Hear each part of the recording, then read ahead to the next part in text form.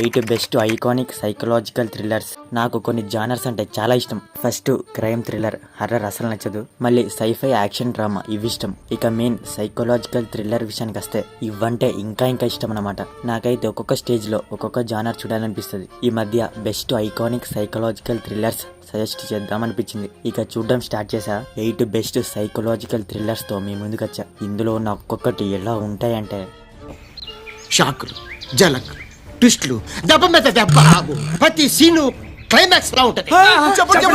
సీట్లో కూర్చోరు. Psychological thriller అంటే క్యారెక్టర్ ఒక mental state, self struggle, internal conflict, ఒక క్యారెక్టర్ మానసికంగా బాధపడడం, ఇలా వీటి మీద ఫోకస్ చేసి ఆడియన్స్ ని డార్క్ రైటింగ్ తో ఇంట్రెస్టింగ్ స్క్రీన్ ప్లే తో మతి పోగొట్టేలా ఉంటది. The shining, 7, gone girl, American psycho. Psychological thrillers అంటే మీకు ఇవే గుర్తొస్తాయి. మీకు ఇవే తెలుసు, కానీ సైకలాజికల్ థ్రిల్లర్స్ అంటే ఇంకా ఉన్నాయి. మీకు తెలియని ఇప్పుడు నేను సజెస్ట్ చేస్తా. ఇందులో ఉన్న ఈ మూవీ కూడా ఫ్యామిలీతో చూడొద్దు.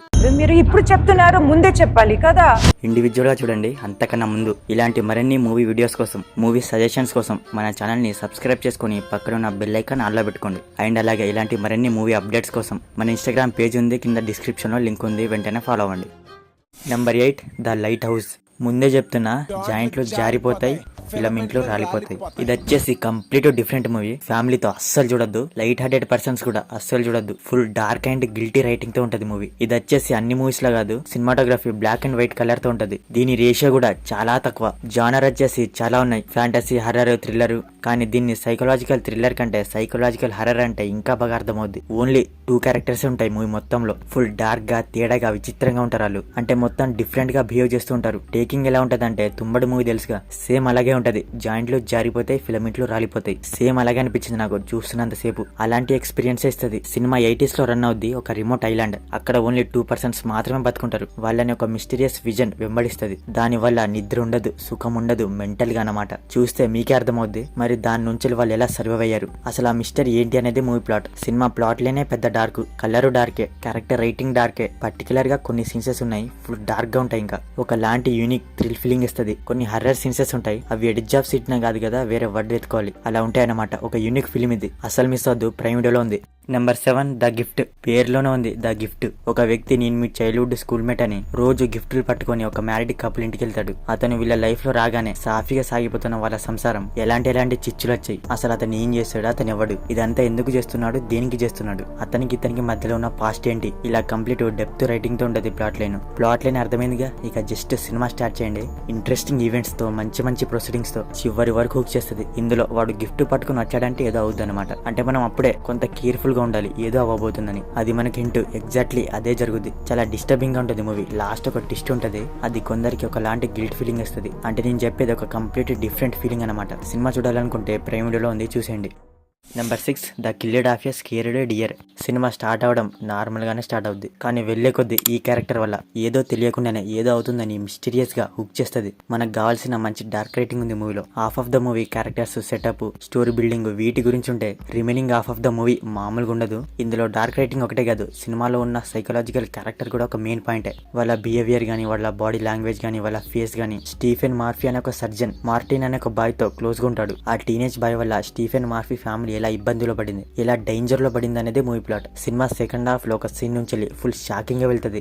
మార్టిన్ క్యారెక్టర్ రైటింగ్ అయితే ఏంటిది అసలు అనుకుంటాం, వీడేంటి ఇలా ఉన్నాడని. క్యారెక్టర్ ఒక మైండ్ సెట్ తోట ఎడ్జ్ ఆఫ్ సీట్ ను కూర్చోబెట్టారు. మూవీ అయితే మిస్ అవ్వదు, ప్రైమ్ వీడియోలో ఉంది. Number 5 the invisible man. ఇది వచ్చేసి 1993 లో వచ్చిన సేమ్ నేమ్ తో ఉన్న ఒక సైఫై హర్రర్ మూవీని బేస్ చేసుకుని తీశారు. దాని నుంచి అడాప్ట్ చేసుకుని ఇంకొంత ఫిక్షన్ యాడ్ చేసి తీశారు. ఈ సినిమా ఏంటంటే స్టార్టింగ్ ఫుల్ సస్పెన్స్ తో చేస్తుంది. తర్వాత కొంత సెటప్ కోసం కన్వర్జేషన్స్ వల్ల ఒక 10 minutes స్లో అవుద్ది. ఇక తర్వాత షవర్ సీన్ నుంచి సినిమా మామూలుగా ఎంగేజ్ చేయదు. అక్కడి నుండి గ్రాఫ్ అలా లేసి ఎండ్ వరకు కుక్ చేస్తుంది. లాస్ట్ ఒక ట్విస్ట్ ఉంటది, అది మాత్రం సూపర్ ఉంటది. ప్లాట్ లైన్ ఏంటంటే టైటిల్ లోనే ఉంది, ఒక ఇన్విజిబుల్ మ్యాన్. మరి ఆ మ్యాన్ ఎవరు, ఎందుకు మన ఫీమేల్ ప్రొటాగనిస్ట్ ని వెంబడిస్తున్నాడు, అసలు ట్రూత్ ఏంటనేది ఆమెను తెలుసుకోవాలని ప్రయత్నిస్తుంది. మరి ఇంతకీ తెలుసుకున్నదే లేదా అనేది movie plot. Cinema horror film. Horror అంటే తలుపు చప్పుళ్ళు, లైట్స్ ఆన్ ఆఫ్ కాదు. తుఫాన్ వచ్చే ముందు ఎప్పుడు కూడా సైలెంట్ గానే ఉంటది కదా, సేమ్ ఇందులో కూడా చాలా సేపు సైలెన్స్ మెయింటైన్ చేసి ఒకటేసారి హర్రర్ సౌండ్ ఎఫెక్ట్ తో పిచ్చెక్కించేలా ఉంటది. దానివల్ల టెన్షన్, సస్పెన్స్ రెండు ఒక లెవెల్లో బిల్డ్ అయ్యాయి. సినిమా మిస్ అవద్దు. మూవీ అయితే డిస్నీ హాట్‌స్టార్ లో అండ్ ప్రైమ్ వీడియోలో కూడా ఉంది.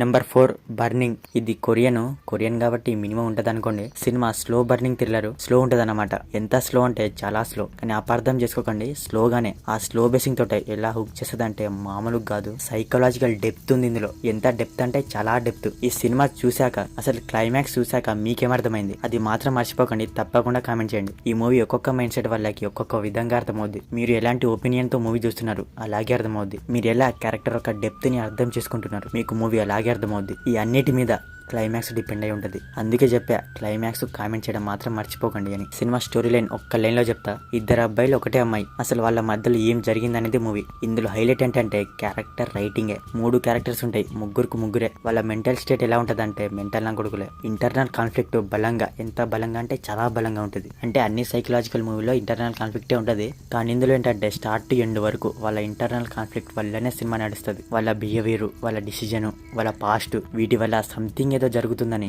అలా ఎండుకు వచ్చేది మూవీ. ఈ బర్నింగ్ అని టైటిల్ ఎందుకు పెట్టారనేది కూడా మీకు అర్థమవుతుంది. సెకండ్ హాఫ్ లో ఒక ఫ్లాష్ బ్యాక్ తో పే ఆఫ్ ఇచ్చాడు దాన్ని. సినిమా మిస్ అవద్దు, ప్రైమ్ వీడియోలో ఉంది. Number 3 mother. బాబా ఏమన్నా తీసారా? స్టార్ట్ టు ఎండ్ వరకు ఎడ్జ్ ఆఫ్ ద సీట్ నాకు కూర్చోబెట్టింది. 1 మినిట్ కాదు కదా, 1 సెకండ్ కూడా బోర కొట్టలేదు. సినిమా ఎలా ఉంటది అంటే ఎవర్రా మీరంతా అని ఎలా ఉంటది. అంత ఏదేదో జరుగుతూ ఉంటది, దేనికి ఆన్సర్సే ఉండవు. ప్లాట్ లైన్ ఏంటంటే ఒక న్యూలీ మ్యారీడ్ కపుల్ ఒక హౌస్ లో హ్యాపీ లైఫ్ లీడ్ చేస్తూ ఉంటారు. తర్వాత ఒకడు అనుకోకుండా ఇంటికి గెస్ట్ గా వస్తాడు. అక్కడి నుండి సినిమా ఎలా ఉంటది అంటే అసలు ఏం జరుగుతుంది, ఎవర్రా మీరంతా, ఏంటిది, అసలు ఏం జరుగుతుంది ఇక్కడ అని ఎలా ఉంటది. అసలు ఏం మాత్రం మనం ప్రెడిక్టే చేయలేం, మామూలుగా ఉండదు. అసలు ఇప్పుడు ఏమవుతుందని క్యూరియాసిటీ బిల్డ్ చేస్తుంది చూడండి. అదే సినిమాని అతుక్కునేలా చేసింది. కానీ క్లైమాక్స్ నేను అనుకున్నదే జరిగింది. మెయిన్ ప్లాట్ ట్విస్ట్ అదేనమాట. కొంతమందికి రొటీన్ అనిపించచ్చు, నాలాగా కొంతమందికి ట్విస్ట్ అనిపించచ్చు. మీరు చూసే బట్టి ఉంటది మూవీ. అయితే మిస్ అవద్దు, ప్రైమ్ వీడియోలో ఉంది.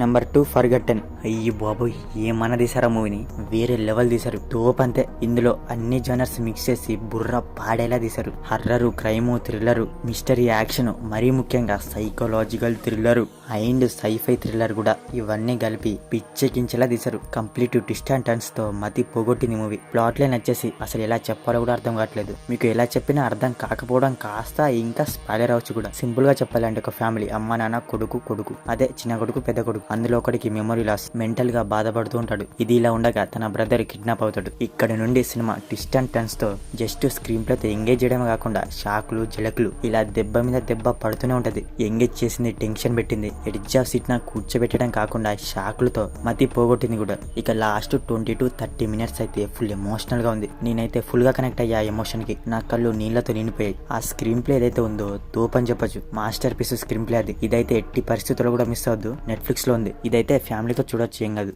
Number 1 parasite. ఈ మూవీ గురించి పెద్దగా చెప్పను. ఈ మూవీ ఎలాంటిది అనేది ఒక సెపరేట్ వీడియోనే చేశా దీని మీద. కింద డిస్క్రిప్షన్ లో లింక్ ఇస్తా. ఇది చూసాక అది కూడా చూడండి, మీకు ఫుల్ లెంత్ గా అర్థమవుతుంది ఈ సినిమా ఏంటి అనేది. ఈ పారాసైట్ మూవీ సైకలాజికల్ థ్రిల్లర్ ఏంటి అని మీరు అనుకోవచ్చు, కానీ డెప్త్ గా చూస్తే ఇది కూడా సైకలాజికల్ థ్రిల్లరే. ఇలాంటిది కాదు, అదిరిపోయే సైకలాజికల్ థ్రిల్లర్ ఇది. ఈ మూవీ చూస్తున్నంత సేపు ఎంత టెన్షన్ పెడుతుంది అంటే ఆ స్క్రీన్ ప్లే టెన్షన్ తో పోయేలా ఉంటది. స్టార్టింగ్ కొంత స్లోగా స్టార్ట్ అవుద్ది, కానీ వెళ్లే కొద్దీ వేరే లెవెల్ రైటింగ్ తో వేరే లెవెల్ ఉంటది. Interesting character development, drama, solid conflict, వీటి వల్ల చివరి వరకు హుక్ చేస్తుంది. ప్లాట్ లైన్ సింపుల్ గా చెప్పాలంటే కాదు, సింపులే ప్లాట్ లైన్. ఒక పూర్ ఫ్యామిలీ, వాళ్ళందరూ ఒక రిచ్ హౌస్ లో ఎలా సెటిల్ అయ్యారనేది మూవీ ప్లాట్. ఆ రిచ్ బిజినెస్ మ్యాన్ హౌస్ లో అసలు ఏమేమి ఈవెంట్స్ జరిగాయి అనేది ఇందులో ఉంటది. నేను కొంత కావాలని డిఫరెంట్ గా చెప్పా, మీకు సినిమా స్టార్ట్ చేయగానే అర్థమవుద్ది ప్లాట్ లైన్ ఇది అని. ఒక 30 మినిట్స్ అయ్యాక ఇంకా బాగా అర్థమవుద్ది. ఫస్ట్ హాఫ్ చూసి ఇంతేనా అనుకోవచ్చు, అసలైన సరుకు సెకండ్ హాఫ్ లో ఉంటది. ఒక ట్విస్ట్ ఉంటది సెకండ్ హాఫ్ లో, అదైతే కంప్లీట్ అన్ప్రెడిక్టబుల్ అని చెప్పొచ్చు. ఎండింగ్ కూడా ఫుల్ సాటిస్ఫాక్షన్ ఇస్తుంది. Cinema drama wise, tension wise, మరీ ముఖ్యంగా లైకబుల్ క్యారెక్టర్ కనెక్ట్ అవుతే ఇంకేముందిగా. సినిమాతో అలా ట్రావెల్ చేస్తూ వెళ్ళిపోతాం. అలాంటిదే ఇది, అందుకే ఆస్కార్ గెలుచుకుంది. ఈ మూవీ మీరు ఇంకా చూడలేదనుకుంటే వెంటనే చూసేయండి, ప్రైమ్ వీడియోలో తెలుగులో ఉంది. సో మరిది వీడియో. మరి ఈ మూవీస్ చూసాక మీకేది నచ్చిందనేది మా కామెంట్ సెక్షన్ లో షేర్ చేసుకోవడం మాత్రం మర్చిపోకండి. మీకు కనుక మా వీడియో నచ్చితే దయచేసి మన ఛానల్ ని సబ్స్క్రైబ్ చేసుకోండి. Okay, next video. Thank you.